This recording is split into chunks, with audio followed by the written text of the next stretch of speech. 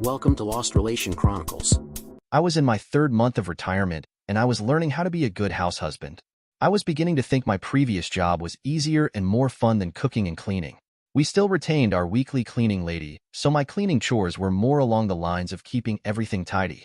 Our kids had long flown the coop, so keeping the house tidy was hardly a chore. I was given the golden handshake for my job as VP of a large bank, and the offer was just too good to turn down. My wife, Amy, and I, Ed Hughes by the way, spent countless hours discussing my retirement offer and decided it would be a once-in-a-lifetime opportunity. I was given $250,000 in cash with a matching amount going into my 401k, then I received 50% of my monthly salary for life. I was able to keep all my other benefits including insurance. We both thought this was very generous. So, at age 58 I found myself without a job for the first time since I was a teenager, although I had several things that I wanted to explore. Writing was one of those, as I had long aspired to write but never found an opportunity. Also, I wanted to learn to work with wood, something I found fascinating but again no experience. Amy, my wife of 30 years, was simply the love of my life. She was 6 years my junior at 52, had changed little since the first time we met back in college when she was a junior while I was in graduate school. I fell in love at first sight and courted her tirelessly for 6 months before she agreed to a date. The rest is history, as we began to date exclusively and were married after she graduated. Our 2 children were born during the second and third year of our marriage, and then I got the snip as we agreed 2 were enough. Amy was a fantastic mother and stayed at home until both started school, then got a job in the HR department of a large regional hospital. She is a very caring and unselfish person, and that persona comes across naturally when she meets new people. Our 2 children are now both settled in professional jobs and have families. Neither live nearby, but both are within a 4-hour drive. Amy has worked at the hospital for 20 years and last year was promoted to Chief of Human Resources, a position that carries a lot of responsibility with high expectations. Before I get ahead of myself, a little more about Amy and I. Amy is slender, ginger hair, and standing at 5 feet 6 inches with shapely legs. She has always had a high libido and always ready for sex. Amy knows that turns me on. Sex with Amy is so enjoyable because she is so proactive and really gets involved. She isn't the passive lay there and do me type of woman. I know Amy would be up to daily sex, but I can only deal with it 2 or 3 times a week. My old body needs time to recover. In short, Amy is always ready for a romp. Like I've mentioned, my name is Ed. I'm 58 and a little overweight. I stand 5 feet 10 inches and consider myself pretty much out of shape. One of my retirement goals, in addition to what I have already stated, is to lose weight and get back in condition. Working in a bank is not conducive for hard and lean bodies. I thought if I could lose weight and get in better shape, I would be able to enjoy an improved sex life. So, I find myself in the 3rd month of my retirement enjoying daily the benefits of going to the gym, having lost 15 pounds and 2 inches around the waist and feeling quite proud of myself. My muscle tone has actually improved, and the softness in several areas has now been replaced with muscle. My gym has a boxing ring, and I hired one of the older trainers to teach me the finer skills of boxing. Boxing is brutal, but after a while, I began to accept being beaten and actually started to land a few blows myself. I thought Amy would notice my changed body when we had sex, but she never said a word. Instead of pumping for 5 minutes and taking a rest break, I could pump a solid 10 minutes or more until I came. I always got her off, but she never mentioned a word about my improved body or performance.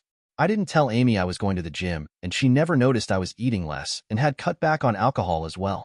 I just put it down to her new workload and stress of the job. She seemed preoccupied, and finally I asked why. During dinner, I asked, "You seem totally distracted lately, like you are in a different zone and unaware of anything going on around you. What's wrong?" Amy thought for a second and finally replied, "Nothing is wrong. I am just overwhelmed by work. Would you like to share anything?" "No. I just need to work it through myself, but thanks for asking." So that is where we left it. Amy has to travel every quarter for an HR meeting. She works at a regional hospital, and there are over 40 scattered across the South and the larger cities. The HR chiefs all gather to meet, discuss strategies, staffing, work through problems, and set financial goals. The meeting goes from Thursday afternoon through Saturday, with return on Sunday. The usually venue is the Marriott Hotel in whatever city that is chosen. This would be the 4th time for Amy. I know she looks forward to going, and because of her position I encourage her. Networking with other HR chiefs is very beneficial, and understanding what works for one often works for all. We usually eat dinner at 6:30, even though Amy officially finishes work at 5 o'clock.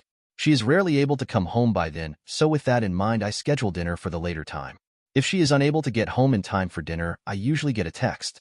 She texted the Wednesday before her Thursday departure saying she was going to be late as she needed to buy a few things for her trip. I said no problem, I will put a plate in the microwave. She got home around 8 o'clock with several bags of clothes. Amy always dresses professionally and maintains a very fashionable wardrobe, so I wondered why she needed so many new things for her conference. I was working on my computer that night while she packed. Later we had wonderful sex and drifted off to sleep holding each other. I would miss her for the next few days, but I knew that when she returned on Sunday, we would have mind-blowing sex. We both made breakfast the next morning, and afterwards as she got in her car I had a tear in my eye. I could count on one hand the number of times Amy and I had been apart during our marriage, and 4 of those times had been to attend the conferences. Amy and I texted and called each other frequently while she was gone, and then before I knew it she was back. She seemed excited upon her return, and we had even better sex than normal Sunday afternoon. She stayed in bed afterwards and napped while I got dinner together. We shared a nice bottle of wine during dinner, and then she went back to bed using the exhaustion excuse again. I cleaned up and spent some time on the computer before joining her in bed. The next morning was a bit of a rush with Amy getting ready for work and making time for breakfast and coffee. Just before she departed, she asked if I would do her laundry, something she always did herself on Sunday afternoon after returning home. Yesterday, she just collapsed from exhaustion. I picked up her laundry from the bedroom floor and as well as the bathroom. I always turn the pants inside out before putting them in the washing machine, and imagine my surprise to pull a pair of thongs out of one of the legs. I have asked Amy for years to wear thongs, and she has always refused, saying that it would be uncomfortable. I was completely stunned. Naturally, I smelled, and they definitely smelled like my wife. Why had she bought and worn a pair of thongs? Surely not for me, because I wasn't even there. Was my wife having an affair? Was I getting seconds yesterday when we had sex? I became emotional and had to sit down. There had to be an excuse. This was so unlike my wife, but she has been different this past year. What would I do? Confront Amy? I decided to snoop a little and see if there was anything else. I looked through her closet, but found nothing unusual. Then I looked in her chest of drawers and again came empty. Her suitcase was sitting just inside her closet, so I pulled it out but found it was locked. Why lock it after you unpack? Fortunately for me, it was a Samsonite and all the keys are the same for the same type of suitcase. We had bought matching suitcases 2 years ago, so I found my key and unlocked Amy's suitcase. I was speechless by what I found inside. There was a pair of Jimmy Choo shoes with 4-inch heels. I have known my wife forever, and she has never worn anything higher than 3 inches, and never would she pay $500 for a pair of heels that she only wore once in a while. There was a large, garment-size, Ziploc bag inside with lingerie, and it was all racy. More thongs, half-cup bras, stockings, and very sexy nightgowns. What the hell was going on during the conferences? I put everything back and relocked her suitcase. What was I going to do? I loved Amy more than anything or anybody in the world. She was my rock. We shared and did everything together. I could not live without my wife. That night, during dinner, I told Amy that I had found something very odd in the laundry. This piqued her interest, and she asked what. I said, I will show you. I got up and collected the thong and returned to the table, placing the thong in the center. I found this rolled up in the leg of your dress pants. I have asked you for years to wear thongs, and you have always refused. Is there something you want to tell me? She thought for a second and finally replied, I bought them for you. Okay, if they are for me, why have you already worn them? She rarely got angry, but I could see her face getting red and I realized she was about to lose it. You have never been jealous or questioned anything I have ever done. I replied, you have never given me a reason to be jealous or question you. Amy was by now almost shouting, why are you questioning what I do now? I have never been unfaithful, no, not once. Just explain the thongs, then we will drop it. Well, you have been after me for years to buy some, so I have. I wore a pair to see how they feel. Okay, did you buy anything else you want to share? No. With that short exchange, we dropped it. I realized my investigation needed to be bumped up a notch because I realized that Amy had not come clean and totally didn't mention the other items in her suitcase. I went and worked on my computer, and finally Amy went upstairs. I checked the kitchen looking for her purse and cell phone, but she must have taken them with her. Her laptop was still laying on the table, so I took it into my computer room and locked the door. I checked her home email, and there was nothing unusual. Then I checked her work email and again found nothing. I looked into the history and found a Yahoo account that was often used, but without a username and password I would be locked out. I had to check her cell phone. The next morning, I woke up to the sounds of the shower running, but had no idea how long she had been in the shower. Her purse was on the dresser, so quickly I grabbed her cell phone and unlocked it. Her text messages revealed nothing. I typed in Yahoo Mail in the browser bar. Yahoo opened up and her password and username had been saved, so I only had to click open. The guy's name was David, and he appeared to be a predator. He was the HR chief at a hospital about 3 states over. He wanted Amy to dress sexy and be more open with him. From what I could gather, they had not had sex, but had seriously made out. Amy appeared to be reluctant. I heard the shower turn off, so I quickly shut everything down and replaced her phone. I had the guy's first name, knew where he worked and what he did. I went to the hospital directory, and within a few minutes I had his full name. Then I had to pay $30 for an online person search, but then I had his full history, including names of family members, phone numbers, email addresses, and of course snail mail address. One of my golfing friends is a lawyer who has friends on the local police force, so I called and asked if he arranged to have the guy's name run on the police net. He called back minutes later and had discovered the guy had been charged, but not convicted of 3 counts of sexual harassment. Apparently, in all cases the charges had been dropped. He was a serial sex predator. 3 charges against him cannot all be wrong. Maybe he is innocent of 1, but surely not 3 charges. I was determined to not only ruin the guy, but also to make sure he couldn't or wouldn't have sex with Amy. This is much easier said than done. The next morning, I got access to Amy's cell phone, found the username and number of characters in the password. Later, I pulled up Yahoo Mail on my computer and started searching for her password. We are both very consistent in using passwords that mean something to us. I spent an hour before I figured it out. The password was the name of Amy's first dog when she was a kid. She often talked about the dog, so I was very familiar with the name. I was into Amy's private email, and as long as I didn't open unread messages, Amy would not know of my snooping. Apparently, David had been hitting on her since the first conference. He had taken it slowly, but at the last conference he got to second base. I think he was hoping there would be a home run at the next conference. I printed out copies of all his emails. His emails were like love letters, and I had the feeling he was grooming her. Amy's responses were typical and to the point. She did not want to have an affair, and at the last conference she had let things advance further than she was comfortable. I started developing a plan for the next conference and needed enough evidence to hang him, but I also wanted to prevent them from having sex. I went to Best Buy and bought a minicam with transmitter that worked over Wi-Fi. I only had to pair it with my tablet computer after downloading special software. Amy spends considerable time in our bedroom each night, so that is where I placed the cam. The cam had an audio receiver so I could hear and see what was going on. That night, after dinner, Amy went upstairs while I relaxed in my computer room. I powered up the cam and my tablet came alive with a view of Amy in our bed. Amy was relaxing on the bed and reading a novel. After an hour, her cell phone rang and it was her friend, David. Luckily for me, Amy put the conversation on speakerphone. They chatted about work and David kept saying he was looking forward to the next conference so he could see the different lingerie Amy had bought. Amy didn't promise, but just said, "We will see." The pig knew all the right things to say and Amy was soon rubbing herself. I needed to end this, so I made some noise going up the stairs and found Amy reading her novel. I brushed my teeth and got into bed and laid beside her. I love you to the moon and back, and as you know, I have never even once looked at another woman. I would be crushed if I ever found you in the arms of another man. You know my feelings on infidelity. This is all I think about. I have never been unfaithful to you, and have no intentions to do so. What brought this on?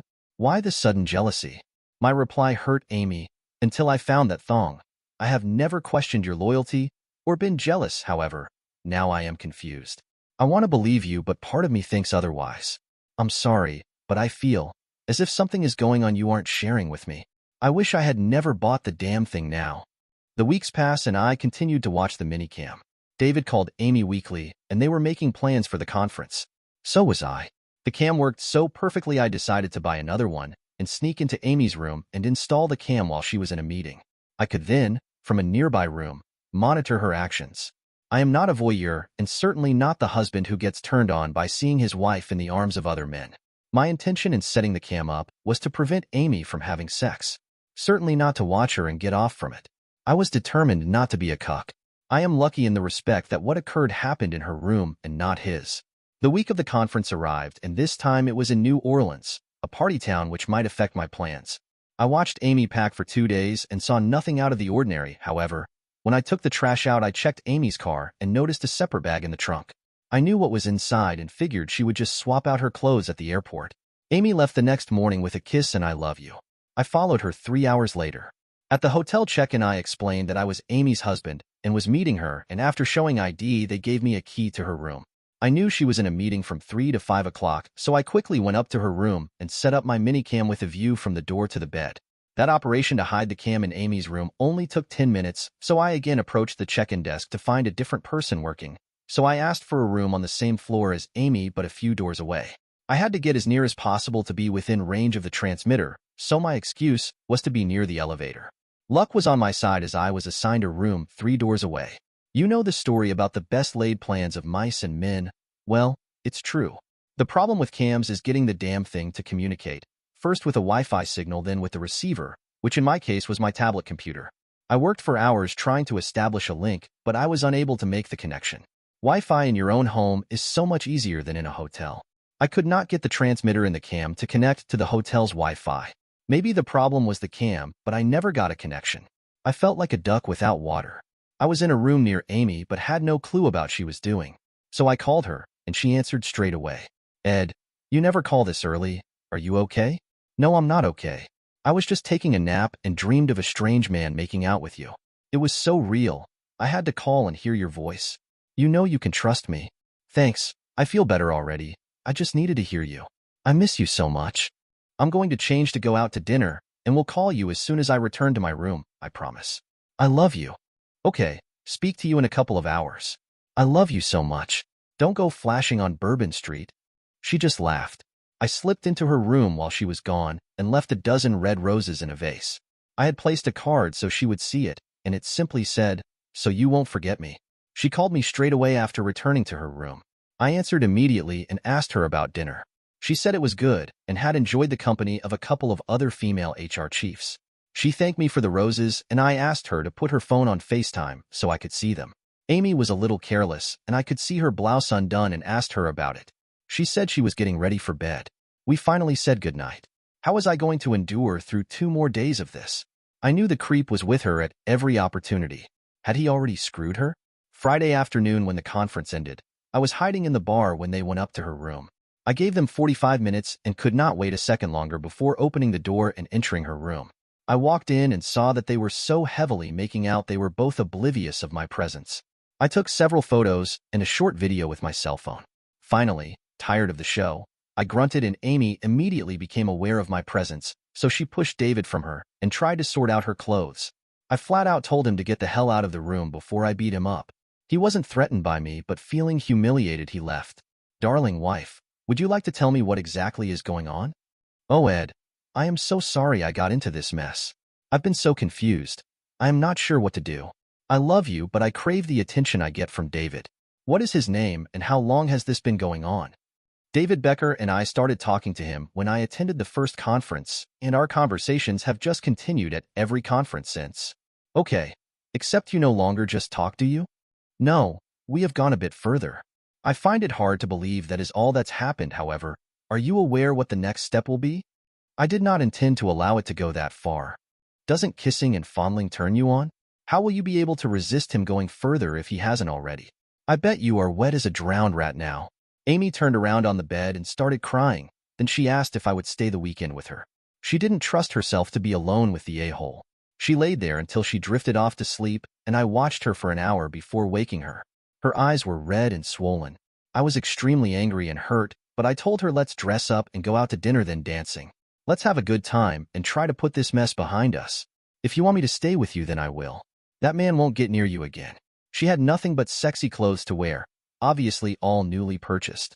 She was embarrassed as I watched her dress in her half-bra followed by thong and thigh-high stockings. Then she put on a figure-hugging black dress with heels.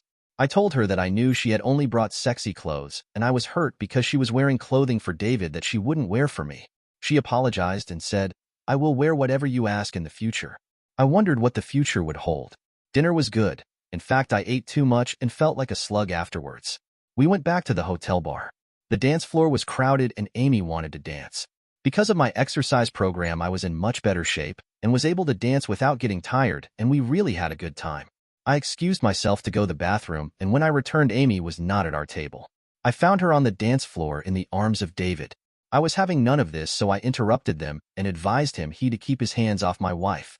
Not just now, but also in the future, and added that he was lucky I didn't trash him this afternoon. Amy tried to smooth things over, and I just told her to be quiet. Becker is about 6 inches taller than me and must weigh at least 50 pounds more and was not intimidated by me. He just laughed and asked how a wimp like me could back up that threat. Like a bully, he took the first punch and caught me off guard. I was on my back and momentarily saw stars. The side of my face felt like it was on fire. I finally struggled to my feet and faced him. Despite such a mismatch in sizes, he rushed me, and I just sidestepped and tripped him. He again came at me like a madman, and I landed 4 solid punches as I danced around him. My gym training was paying off. I am sure his pride was hurt, but he kept coming and I kept punching. Finally, he slowed down and left himself open, so I kicked him in the balls. Then I connected with a left and right combination which put him on the floor. For good measure, I kicked him in the balls again. That felt good. He said enough. He was laying in the fetal position, holding his balls, obviously in pain. I looked down at him and said, "Leave my wife alone, or I won't be so kind next time." I backed away looking for Amy and saw her rushing to David's side. That proved her loyalty and who she wanted to be with, so I paid the bill and left. The barman saw everything and said he would smooth it with the police as the other guy threw the first punch. I left saying I didn't want to press charges, however, maybe in hindsight I should have. I didn't see Amy again that night as I spent the night in my old room. I don't know if she spent the night in her room or not. The next morning, after removing the cam, I checked out and flew home. The next day, Amy was due to arrive back from New Orleans. I was in the kitchen drinking coffee with my suitcases packed when she arrived. "Ed, why did you leave Friday night?" "Amy, why should I stay? I didn't see us having much of a marriage left. You decided who you wanted to be with, and it wasn't me. I'm sorry, but you hurt David and I was concerned for his injuries. Have you forgotten who threw the first punch? Look at my eye. Does it look normal to you?" My eye was totally black and still swollen. I could just barely see. "I know you spent Friday night with that a-hole, and most likely all day Saturday and that night too. You must be well drilled by now. I didn't have sex with him. I'm tired of your lies. I'm leaving, and you will hear from my lawyer this week. We have had 30 years of happiness, and now you have thrown it away for a weekend with some worthless piece of shit. Are you aware that he had been charged by the police 3 times for sexual harassment?" "Ed, no, I didn't know that. You have lied and deceived me for the past several months. I cannot tell you how much you have hurt me. I was onto your little game almost from the beginning. I'm so ashamed. I beg your forgiveness." "So, Amy, did you screw David after I left?" "No, he pressured me terribly, but I didn't." I asked, "How can you prove it?" "I can't, you will just have to take my word for it." "So, you are saying I can believe what you say and trust you?" "Why should I?" "I'm telling the truth. I discovered she wasn't wearing panties." "What do you say to that, and where are your panties?" "I assume that was from this morning just before you left." "I'm sorry, it was only one time. Please believe me. After the beating you gave him, he couldn't get out of bed until this morning. He came to my room just as I was leaving for the airport and demanded we have sex. He bullied me until I finally consented. I picked up my suitcases and said, 'My lawyer will be in touch. Be prepared to be destroyed.' And I left. The witch had betrayed me despite all my efforts to save her. She had no intentions of staying faithful to me that weekend. She would have cheated regardless of what I had done. If not that weekend, certainly the next time. I was finished. Now let's check the story Amy's side. A little over a year ago, I was promoted to Chief of HR. It is a very prestigious job, and I was proud of my new position. Everybody, including my husband, Ed, could see that I had become a changed woman, but I never did. Part of my job was to attend the quarterly meetings along with the other HR chiefs. There at the first conference I met David. He was also an HR chief, but from another state. David always found me and never missed an opportunity to flirt. The first 2 conferences that I attended, all we did was flirt and stay up late talking, drinking, and then he started touching me. He always asked if I wore sexy underwear, and if not, would I buy some for him. The 3rd conference, he started kissing me. I was flattered by his advances, but I had to keep reminding him I was a happily married woman and didn't want to have an affair. That didn't stop the kissing, and then he got his hand over my body. I kept my resolve and didn't allow David to do anything else, although he certainly tried. I had purchased thongs and other sexy underwear, but David didn't have an opportunity to see everything. I told myself he was harmless and just enjoyed his company. He was several years younger than me, and I have to admit I was deeply flattered by all the attention from a younger man. Then after returning from this conference, I was too tired to do my own laundry and asked Ed to do it. He found a thong in my dirty dress pants. Ed had asked for years for me to wear them, and now he found one in my dirty clothes after a business trip. I was so embarrassed but acted like I bought them for him. He accused me of having an affair, which I simply told him I had not. That was somewhat of a half-truth. I had not had intercourse, but I was deceiving Ed by having what I considered a platonic affair with David. I did feel that Ed knew more than he was disclosing, but I denied everything. I felt my husband watching me very closely as the next conference approached on the horizon. I had to pack my sexy clothes separately and hid them in the car as he kept checking my suitcase. After arriving at the conference, we had a meeting straight away, and after that meeting ended, David and I went to my room. He was kissing and pawing at me as soon as the door was closed. I allowed him to remove my clothes, but stopped him going further. His actions did arouse me, and I was finding it more difficult to push him away. Suddenly, my cell phone rang, and it was Ed. He said he wanted to hear my voice, but it was enough of a distraction to send David on his way, but I agreed to meet him for dinner. Dinner was lovely, and once again we returned to my room. I knew it was dangerous as David really wanted to have sex with me. Ed had sent roses, and that reminded me of my vows, so again I kicked David out of the room. David would have had sex with me during lunch the next day, but we ran out of time. I was ready for it, but our lunchtime was over, and we had to return to the conference.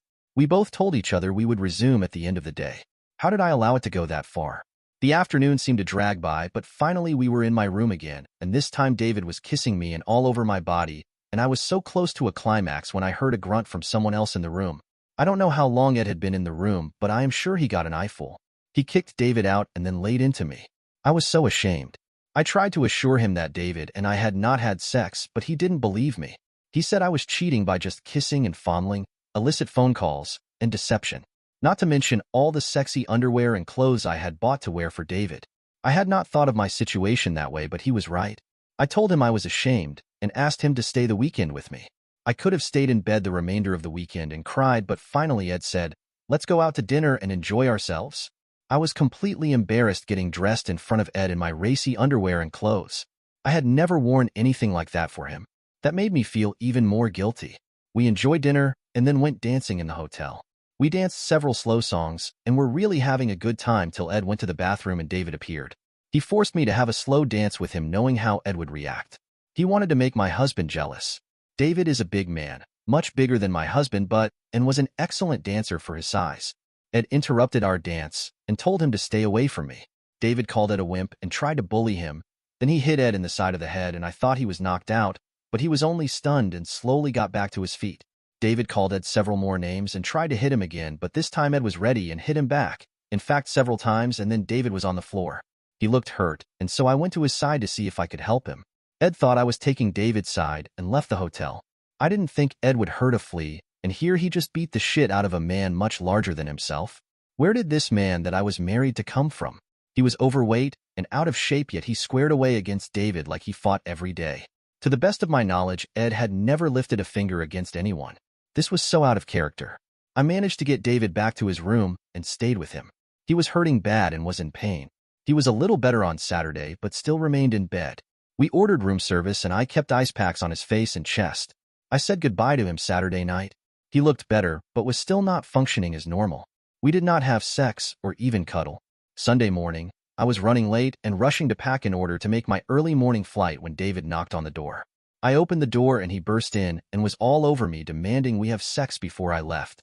He was acting like a bully, and finally he pushed me face down on the bed.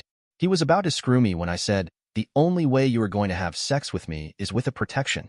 I was trying to put him off by saying that, knowing neither of us had one. He came prepared and pulled one out of his pocket, and I watched. I couldn't help myself, but I got excited, and before I knew it, we were having wild sex. Maybe it was the newness of such a different man, or the brutality of the way he did me, but he pushed all my buttons. David continued his assault until he finally climaxed as well. Even though I was physically and emotionally shattered, I got up and tried to clean myself. I didn't have time to find my thong or properly clean myself, so I just grabbed my bags and left. I was so ashamed that I just sat in shock on the way home. I didn't even go to the bathroom and properly clean up, which turned out to be a big mistake. I was pleased to be home, but found Ed's face a mess where David had hit him. We argued back and forth until I finally confessed to everything that morning, but Ed never gave me a chance to explain. After arguing, he left, and I just collapsed in shock as I realized my marriage had just collapsed. In retrospect, I guess I had teased David all weekend and did give him the impression we were going to have sex, so his reaction should not have been totally unexpected. I should have been able to put him off, and I regret even opening the door. Nevertheless, the sex was consensual and I had cheated, and with Ed leaving and the looming divorce, I got what I deserved. Now back with Ed. I checked into the Hilton and realized I needed to speak to my children and let them know what was going on. Using the conference call function of my phone, I talked to them and explained my plans for a divorce from their mom. They were both shattered that their mom would do such a thing. We were all crying when we hung up. Within minutes, Amy was calling, and now I was the a-hole. How could you tell our children and turn them against me? I said, wait a minute. Are you now saying I betrayed you, hid a relationship from you for months, and then had sex with a predator? I'm confused. I thought you were the one who deceived me and then cheated. Amy just hung up the phone. That night in the hotel, I sent several screenshots to David's wife. The screenshots showed him in all the photos, first with him kissing Amy, then with her topless in bed, and finally several with David. I might be an angry husband, but I wanted my pint of blood, and someone else should share my pain. The next morning, I called my lawyer, who referred me to an excellent divorce lawyer. I went to the bank and split the money 50-50ths, including my severance pay and 401k. That was more than the witch deserved. I canceled all the credit cards and then got one in just my name. Amy's cell phone belonged to the hospital. I saw the divorce lawyer that afternoon and instructed him to go for the jugular. I was tired of being the nice guy. Also, he was instructed to serve Amy at his earliest convenience. I finally thought I was thinking rationally and called the hospital CEO, whose office was in Atlanta. He is a busy man, but I managed to beg 5 minutes of his time. I explained about how David Becker had serially seduced my wife at the HR conferences. Also, I had copies of all the emails to back up my story. I asked why the hospital would hire an administrator who had been charged with but not convicted of several cases of sexual harassment. Surely anyone having more than one charge against them should raise red flags. Didn't they do background investigations? He was stunned and didn't have an answer, but promised he would investigate. I asked for his fax number so I could send a copy of the emails. I told him I also would email further photographic evidence if he wanted it. Finally, he wanted to know what I wanted. I wanted Becker fired. I told him that my wife had been hunted down and seduced by a sexual predator, and she shouldn't be disciplined because of this mess. There was no reason for Amy to lose her job. That evening, Amy called me. She had settled down. Ed, why did you send those photos? Are you in trouble because I sent photos to David's wife? Not yet, but I may be later on. Apparently, she has shared them with the hospital. You do realize everything will come out in the divorce court. I'm charging you with adultery, and this type of divorce can get very messy. The photos plus all the details will come out in court. David's wife has left him, and he was fired today. That is one of the reasons I sent the photos. Do you know he has 3 kids still living at home? Have you forgotten we have 2 kids of our own? You seem more concerned about David and his troubles than about ours. Why is that? Have you forgotten your actions have broken up our marriage? Of course I'm concerned about us, but David and his family are younger, and I feel sorry for them. So why did you screw him if he is married with 3 kids? Looks to me like you may have broken up 2 marriages. Couldn't you see that he was just a sexual predator? I simply hung up the phone. I didn't hear from Amy the remainder of the week, but found out she had been served. I put a deposit on an apartment that I could afford and finally got out of that expensive hotel. Now I was back to cleaning again. But actually I did very little cleaning. I really didn't care. With my time my own, I hit the gym twice a day and boxed in the afternoon. I was getting hit less while my punches were finding their targets.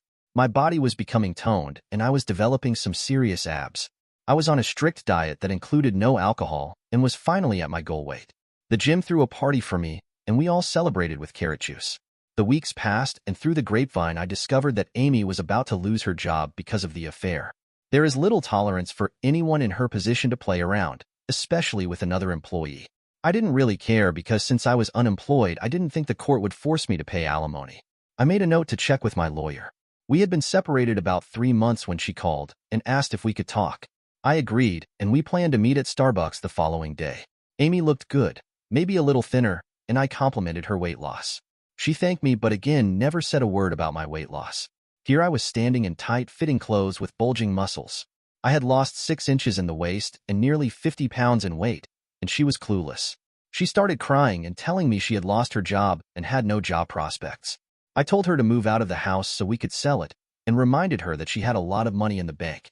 Maybe not enough to retire on, but enough to live on for several years. I knew she was hinting for me to come home, but I never took the bait. For now, I was happy doing what I was doing. Then she started talking about David again. He too had lost his job as well as his family. I said, good, now he can screw you whenever you want, and you won't have to hide what you are doing. I haven't seen him since that last conference and have no plans to. I understand what you told me about him, and now I just wish I had never met him. I have somewhere I need to be, and I didn't come here to talk about David. What do you want? Please come back home. I don't trust you anymore. I don't think I can live with you again. You deceived and lied to me so much that I am finished. You care more about David and his family than about us and our family. I put my family first, but apparently you don't. When you want to talk and won't mention David, let me know. I do not want to hear about the guy you screwed. I got up angrily and left. The divorce was finalized and almost a year passed. And no, because of our assets, cash in the bank, and because we were both unemployed, I didn't have to pay alimony. My lease on my apartment was coming to an end, and I needed to find somewhere to live as I didn't want to stay there. I had not heard from Amy, although my children kept in touch with her. They kept me informed concerning what and how she was doing, which apparently wasn't too well. I asked if she was seeing anyone, and they replied no, as she was too hurt and upset. Besides, she was still in love with me. However, I was pleased to hear that she was seeing a counselor. During my search for a place to live, I found a large 100-year-old fixer-upper on the edge of town, which in a few years would be a ritzy neighborhood. The house had been on the market unsold for 2 years, so although I knew nothing about working with wood and renovating old houses, I put a low bid on the house, and to my astonishment, my bid was accepted.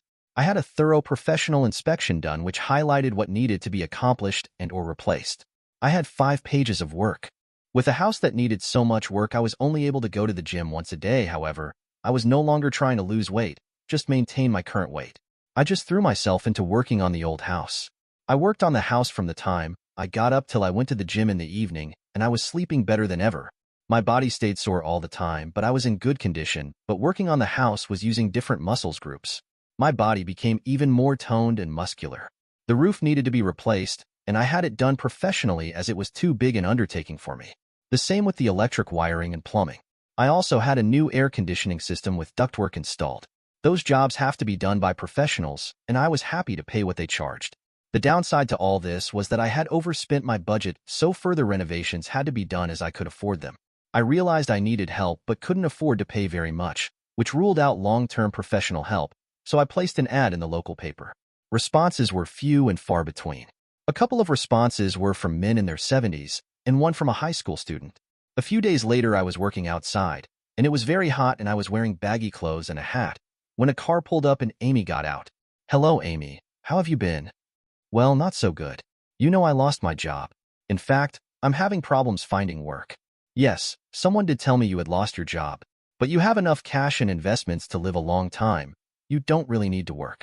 I would like to volunteer to help you renovate the house. At one time, we worked really well together as a team. We did everything together." I wondered how she found out, then realized our children must have told her. "Yes, I remember. But that was before you took over the job as chief of HR. After that, you became a changed woman and had little regard for our marriage. I have apologized 1,000 times. I really don't want us to get upset and argue. I didn't come here for that. I would like to work with you on the house and don't really care about the pay, whatever you can afford. I do need help and haven't been able to find anyone, so I accept your offer. However, we are divorced and I have no intentions of taking you back. Ed, I understand and accept whatever terms you think fair. Okay, be here at 7 o'clock in the morning and wear old clothes." A year and a half had passed since the last time we spent time with each other, so I was nervous. Deep down, I felt like she was trying to get back in my good graces. However, my hurt, although serious at one time, had largely disappeared, although I was determined to stay single. We had always been a good team when working together, but I needed help, so even though I was reluctant to work with Amy, I agreed. Amy actually showed up at 6:30 the next morning, and she was dressed for work. I was shaving when she arrived, so I just shouted down to help herself to coffee. I was wearing shorts and t-shirt when I entered the kitchen. Amy took one look at me and dropped her cup of coffee. "Ed, what happened to you? I have never seen you looking so buff. And when did you start shaving your head?" "I started working out when I retired, but you never took the time to notice. In all, I have lost 65 pounds and 6 inches in the waist. I have been lifting weights and now actually have a six-pack." I lifted my shirt to show her. "Oh my God, Ed. How could I have been so blind not to have noticed? Have you been learning how to fight too?" "Yes, I have been boxing since I retired too. If you had taken the time to notice, you would have seen bruises on my body and face when we were still together. I've often wondered how you took on David, especially after he laid you out on the floor. You were able to come back and beat him fair and square. I've never seen you lift a finger against anyone, and I thought that was so out of character for you. Well, I thought I was fighting for my woman, the love of my life. I had luck on my side because he was pretty slow. I've improved a fair bit since then. He wouldn't stand a chance with me now. I feel so stupid, was totally blinded when I held the top HR job. I thought everyone was below me, including you, so I shut out everything and everyone that meant something to me. I thought you were a different person when you were promoted. You were also wrapped up with someone else, so even though we were married and living together, you never actually saw or listened to me. I'm sorry I was so selfish. I've been going to a counselor and hope you will be able to see it changed me. We cleaned the spilled coffee, sat down, talked about the house and what work was required. She talked about always wanting a house like this, but we never had the time, money, or skills to renovate one. I replied that I still questioned my skill level, and if I had the money. Renovating an old house is terribly expensive. We both agreed the house would be wonderful when finished. Amy saw things differently from me, so having her input was welcome, although I still questioned how we would work together. Just so you know up front. As far as I am concerned, this is just a job, and I will make no promises when the work is finished. We are divorced and I aim to stay that way. I had told Amy this yesterday, but I needed to reinforce my intentions. I understand. I just want something to keep me busy. I can get by without pay, but I want to feel useful. We've always worked well together, and this is really important to me. I would like to see your renovation to the end. I will have no expectations when the job is finished, I promise. Okay, we are going to start by painting the outside walls and windows. Then we will start inside. But before we do anything, the outside walls have to be prepped. Amy was much more agile on the ladder than me, so I turned over the higher areas to her, and she did a wonderful job. She could climb up and down that ladder like a monkey. She was also a much quicker painter than me. We spent 10 days painting the outside of the house. The days were hot, and I usually painted in just my cargo shorts. I caught Amy staring at me several times. I think she saw a different person, but I wasn't sure if she liked what she saw or not. Amy started wearing less too. Gone were work clothes replaced by gym shorts and halters. She was as beautiful as ever. Our working relationship grew a little each day. We laughed and shared good memories from the past. Amy packed a picnic lunch each day for both of us, and we would sit under the big oak and share our food. I hate to use the word romantic, but our lunches were, and I started looking forward to them. We worked a long day from 6 a.m. till 6 p.m., only stopping for lunch or a cup of coffee. With two of us working, we were able to accomplish so much more. Not to mention that Amy worked quicker. We were a good team. Amy started volunteering to stop a few minutes early to make dinner before she went home. The food was delicious, and naturally I had to ask her to stay for dinner. This became a regular thing for us. I did not want to admit that we were getting closer as a couple. We never argued, had cross words, or spoke of her past indiscretion. I had mixed feelings about Amy. I enjoyed her company, she was an awesome worker, and true to her word, she never mentioned the pig she screwed, nor did she ever even suggest us getting back together. We just enjoyed each other's company. We had been trying to sell our house that we had shared for so long, and finally it sold. After a year and a half on the market. We had 30 days to close, so we had to empty the contents. Also, Amy had to find a new place to live because she was still living in the family home. Amy suggested since the furniture was half mine, I should buy out her share and furnish the old house with our furniture. I thought that was a good idea, as all of our antique furniture would fit perfectly in the 100-year-old house, so that is what we did. We painted and decorated like crazy for 2 weeks, then hired a moving firm to deliver the furniture. Amy's things were packed and stored in my garage. The house still required a tremendous amount of work, and the interior rooms were not completely finished, but we moved the furniture in anyway. We both admitted the house felt like a home, and were both pleased with our efforts. Amy, go home, shower, put on some fancy duds, and we will go out to eat to celebrate. She thought for a moment and then, do you mean go out as in a date? Yes, okay. I will pick you up in an hour. We both thought, and then realized our old house no longer had furniture or clothing as everything had been packed. Amy had intended to check into a cheap hotel until she could find an apartment. Let's get your suitcases out of the car, and you can stay in the guest bedroom until you can sort out a place to stay. You can use the shower in the hall opposite your bedroom. I am not sure what clothes she had in her suitcases, but when she came downstairs, she was dazzling, sexy, and classy. You look wonderful. I had forgotten how well you clean up. Thanks. I don't have a lot of clothes to choose from, as I had not expected to be going out to dinner. We shared a bottle of wine during dinner, and although we both ate, I think we were too nervous to appreciate the good food. There was a band playing in the bar, so after we finished eating, we found a table in the bar area. The band was playing golden oldies, which were perfect for dancing, and I soon found Amy in my arms. She commented on how hard my body was. I asked if it was a good thing or bad. Oh, it's good, believe me. We returned to our table, and I excused myself to use the bathroom. I half expected to find Amy dancing when I returned, but she was still at the table. I asked her if anyone had asked her to dance, and she just replied a couple of men had approached her, but she told them she was waiting for me. Even after I returned, men were asking Amy to dance, and she always had the same reply that she was saving her dances for me. I got up to refill our drinks, and a woman at the bar started flirting with me. I talked to her a minute too long. Amy approached the lady and said, "Honey, this man is mine. Go put your hooks in someone else." On the way back to the house, Amy thanked me for a wonderful evening and apologized for ruining it. "You were acting like we are a couple again. I wanted to show my appreciation and take you out to eat, and you assumed we were together again. I am not sure what to make of the situation." We didn't say much the remainder of the night, but the next morning she got up and went looking for an apartment. For the first time in weeks, I was working on my own and I discovered I missed my partner. Amy came back later that afternoon looking dejected. She had not found an acceptable apartment and was going to check into a cheap hotel that had weekly rates. "Amy, I've spent the day thinking. I would like you to continue to sleep in the spare bedroom. We can bring all of your things in tomorrow and unpack them. This is a huge step for me, so please don't make any assumptions and just give us some space. I know you aren't seeing anyone, but if you do, I ask that you not bring a man into this house. I will take you up on your offer. I had no luck today and didn't realize how hard it would be trying to find an apartment. I understand about the space and totally agree. As far as bringing anyone back to the house, I have neither dated or had sex with anyone since I cheated on you at that last conference. I have undergone months of counseling since then, and I am not the same person that I was then. I have realized since the first day you started working with me that you've changed. You are more like the Amy I was married to before you got that promotion. I like the current you much better." She agreed to do the shopping, cooking, and laundry in lieu of rent. That was an even trade in my book. We continued to work on the house. If a room that needed work contained furniture, we moved the furniture to another room. We retiled the bathrooms and refinished the hardwood floors. We weren't working quickly, but we were meticulous. I continued to go to the gym in the evening. My trainers were impressed with my boxing and encouraged me to enter an amateur boxing competition that was approaching. Because of my age, I would be boxing in my age group, not by weight. I have never done any competitive sports at all and was more than nervous. The match was scheduled during the day, so Amy and I took the day off. Amy was more nervous than me and wouldn't stop fidgeting. My trainer became my manager and assisted in my corner. My first opponent, although in the same age group, was larger than me but not as agile.